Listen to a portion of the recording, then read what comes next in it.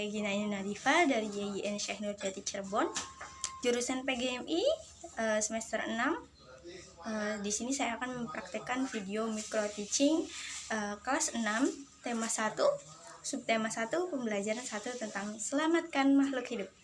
Langsung saja ditonton videonya. Terima kasih. Assalamualaikum warahmatullahi wabarakatuh. Waalaikumsalam warahmatullahi wabarakatuh. Halo teman-teman, gimana kabarnya sekarang? Alhamdulillah baik. Oke.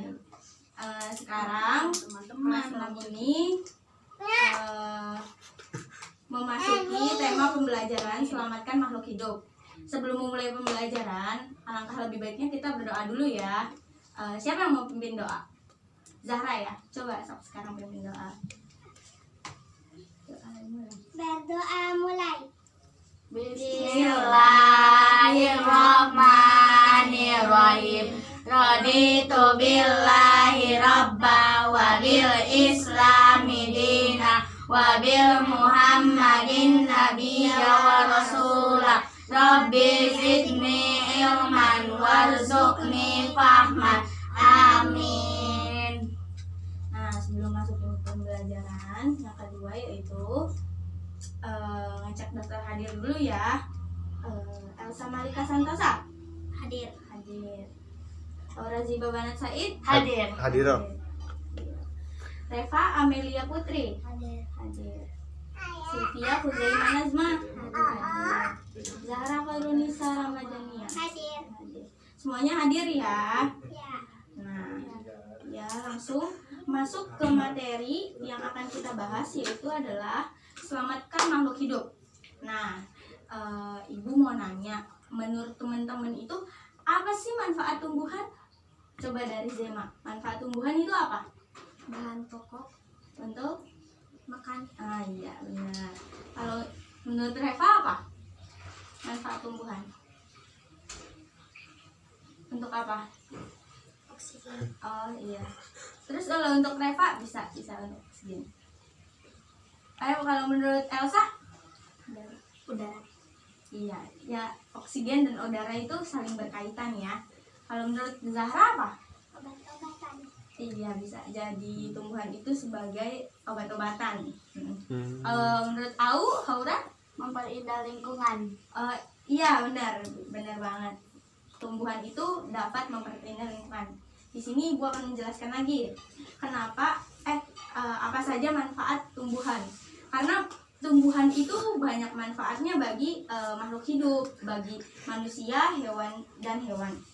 Nah, manfaat tumbuhan di sini adalah sebagai sumber bahan pangan, yaitu tumbuhan bisa buat makan, tadi apa yang benar apa yang dikatakan Jelma. Tumbuhan juga bisa menjadi sumber kehidupan bagi manusia, jadi bisa menjadi sumber oksigen, vitamin, tadi yang Zahra bilang untuk obat-obatan, tadi yang Au bilang untuk memperindah kehidupan di bumi. Itu benar semua yang teman-teman katakan ya. Lalu yang kedua yaitu menjelaskan perkembangbiakan tumbuhan jagung.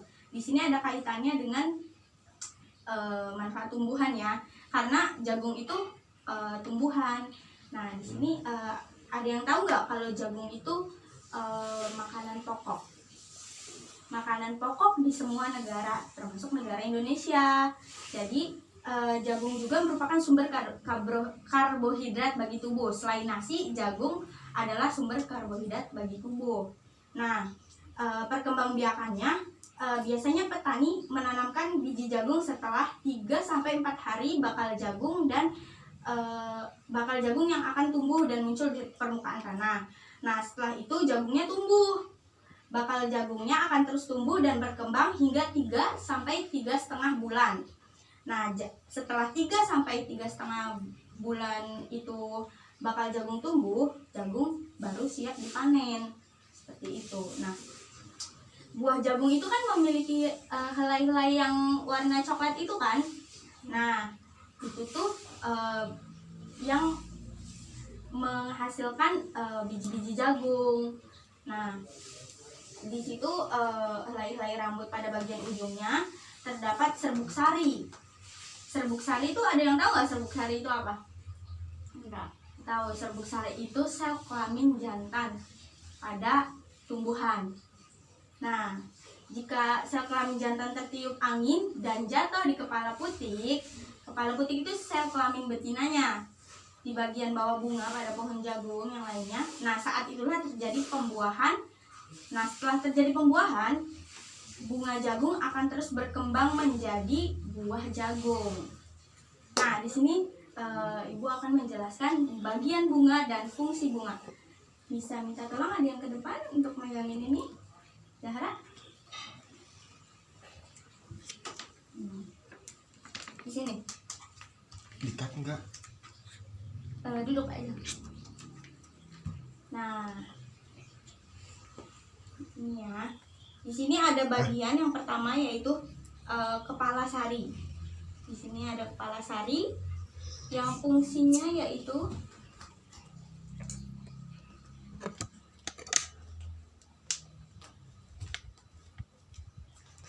Nah, di sini ada benang sari. Benang sari yang fungsinya adalah yang tadi udah Ibu sampaikan, organ reproduksi jantan pada bunga. Jadi pada bunga ini sel kelamin jantan yaitu namanya benang sari. Nah, yang kedua yaitu kepala putik. Kepala putik tempat melekat dan masuknya serbuk sari. Nah, yang ketiga yaitu ada tangkai putik. Tangkai putik fungsinya penyangga kepala putik agar tetap pada posisi yang mudah menerima serbuk sari. Lalu ada bakal biji. Bakal biji yang fungsinya tempat terjadinya proses pembentukan biji untuk kemudian menghasilkan biji yang matang. Ada bakal buah, fungsinya tempat berlangsungnya pembuahan. Bakal buah ini akan berkembang menjadi buah.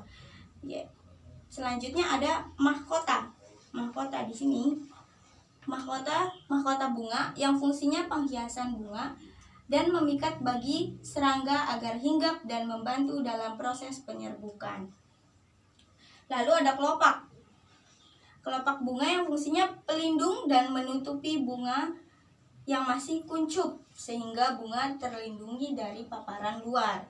Jadi ini fungsinya untuk menutupi ya mahkota di sini. Terus yang selanjutnya ada dasar bunga. Tempat bertumpunya mahkota dan bagian-bagian lain pada bunga. Yang terakhir yaitu ada tangkai bunga. Fungsinya penopang sekaligus penghubung antara ranting dengan bunganya. Nah, jadi di sini selanjutnya Ibu mau jelasin juga cara perkembangbiakan generatif ya. Generatif yaitu cara perkembangbiakan secara kawin. Nah, di sini di tumbuhan ini proses perkembangbiakannya itu harus ada sel kelamin jantan dan sel kelamin betina. Yaitu yang namanya sel kelamin jantan tadi apa? Serbuk sari atau benang sari. Nah, sel kelamin betinanya yaitu kepala putik. Nah, proses perkembangbiakannya yaitu diawali dengan penyerbukan, yaitu jatuhnya benang sari ke kepala putik. Jadi jatuh benang sari ke kepala putik. Nah, lalu setelah itu tumbuh buluh serbuk sari yang menuju ke ruang bakal biji. Nih, menuju ke sini bakal biji. Lalu terjadi pembuahan di bakal biji. Terjadi pembuahannya di sini untuk menghasilkan biji dan buah di sini. Nah, hasil dari ininya itu adalah namanya zigot. Nah, zigot berkembang menjadi lembaga bakal biji. Bakal biji di sini berkembang menjadi biji dan bakal buah. Di sini jadi ada bakal biji dan bakal buah. Nah, bakal buah menjadi daging dan buah. Lembaga yang berada di dalam bijinya merupakan calon tumbuhan baru. Seperti itu. Jadi intinya penyerbukan secara generatif adalah penyerbukan yang harus memiliki sel jantan dan sel betina yang akan dibuahi pada bakal biji. Seperti itu. Makasih ya Zahra. Ya. Silakan duduk lagi. Nah, ada yang bisa menyimpulkan dari yang sudah dijelaskan tadi? Apa Ibu langsung yang menyimpulkan? Langsung aja ya. Jadi kesimpulannya di sini adalah tumbuhan sangat bermanfaat bagi makhluk hidup, bagi kelangsungan makhluk hidup untuk bahan pangan, sumber oksigen, untuk vitamin, untuk kesehatan manusia dan lain sebagainya. Nah, terus yang kedua kesimpulannya, jagung merupakan sumber karbohidrat dan makanan pokok bagi banyak negara, termasuk negara kita, negara Indonesia. Nah, yang ketiga, perkembangbiakan generatif secara kawin harus memiliki sel kelamin jantan dan sel kelamin betina.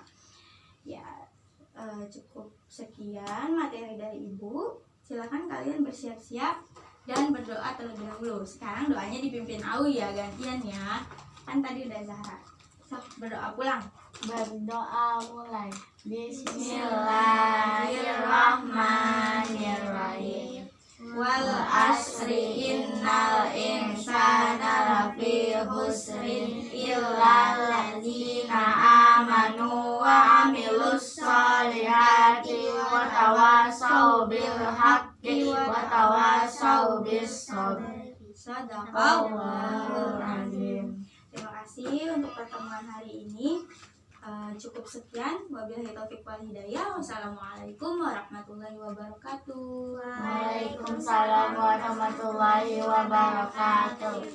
Yang telah menonton video yang telah saya sediakan, apabila ada salah-salah kata atau ada yang terjadi kesalahpahaman di video, kurang dan lebihnya saya meminta mohon maaf, karena di sini saya juga masih belajar. Wabillahi taufiq wal hidayah.